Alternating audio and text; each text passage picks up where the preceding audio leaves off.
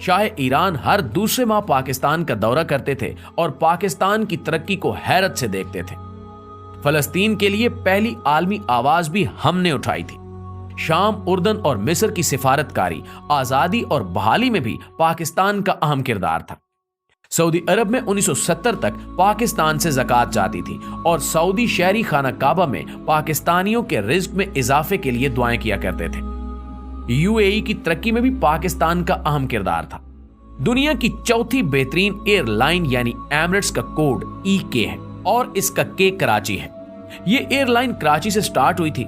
हमने इन्हें जहाज भी दिया था और अमला भी, लिहाजा ये आज भी अमारात कराची है। माल्टा के बच्चों के सिलेबस में PIA का पूरा एक बाब है। सिंगापुर एयरलाइन और पोर्ट दोनों पाकिस्तानियों ने बनाई।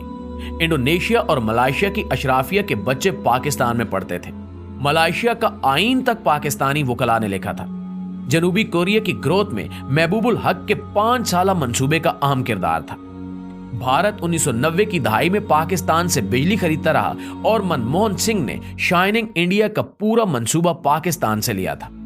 दुनिया की 3 बड़ी इंजीनियरिंग फॉरम्स ने 1960 की दहाई में कंसोर्शियम बनाकर मंगला डैम की बिड की थी और हार्वर्ड यूनिवर्सिटी की इंजीनियरिंग क्लास के तालिबे इल्म जहाज भरकर मुताले और मुशाहिदे के लिए मंगला आते थे और इस मंसूबे को हैरत से देखते थे।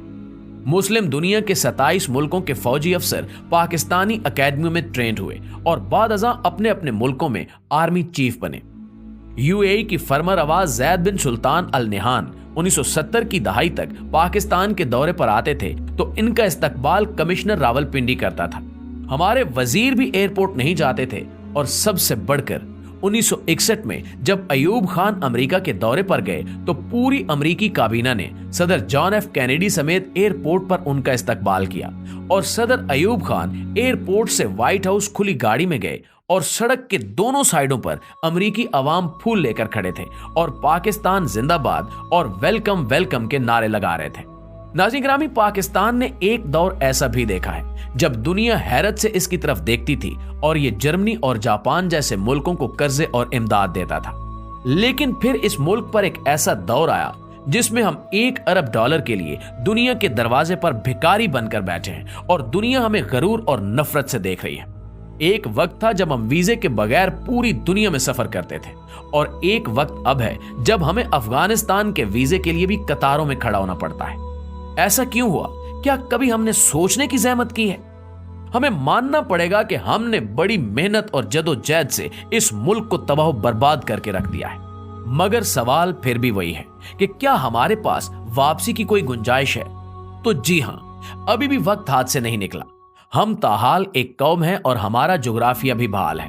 लिहाजा हम आज अगर नींद से जाग उठें, हम आज अपने हाल पर रहम करें तो हम 10 से 20 वर्षों में दोबारा उस लेवल पर आ सकते हैं जिस पर हम दूसरे मुल्कों को इमदाद और कर्जे दें। लेकिन इसके लिए हमें चंद बड़े फैसले करना होंगे। कोई भी सियासतदान 2 या हद 3 से ज्यादा मुद्दत तक वजीर आजम ना रह सके और मुल्क को बिजनेस फ्रेंडली बनाया जाए। कोई भी शहरी या गैर मुल्की मुल्क में कंपनी खोल सके और कारोबार कर सके और हुकूमत उसे 5 साल तक टैक्स की रियायत दे। हम फौरी तौर पर आबादी कंट्रोल करें और 30 साल की उम्र तक तमाम लोगों को हुनरमंद भी बनाएं।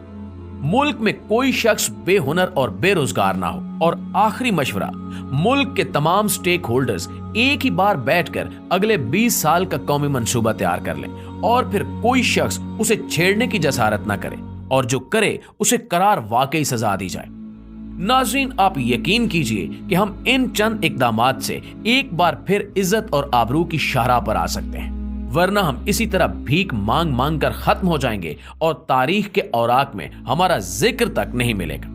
आखिर में दुआ है कि अल्लाह ताला इस कौम पर, अल्लाह ताला इस वतन पर अपना रहम करम नाजिल फरमाए। आमीन सुमा आमीन।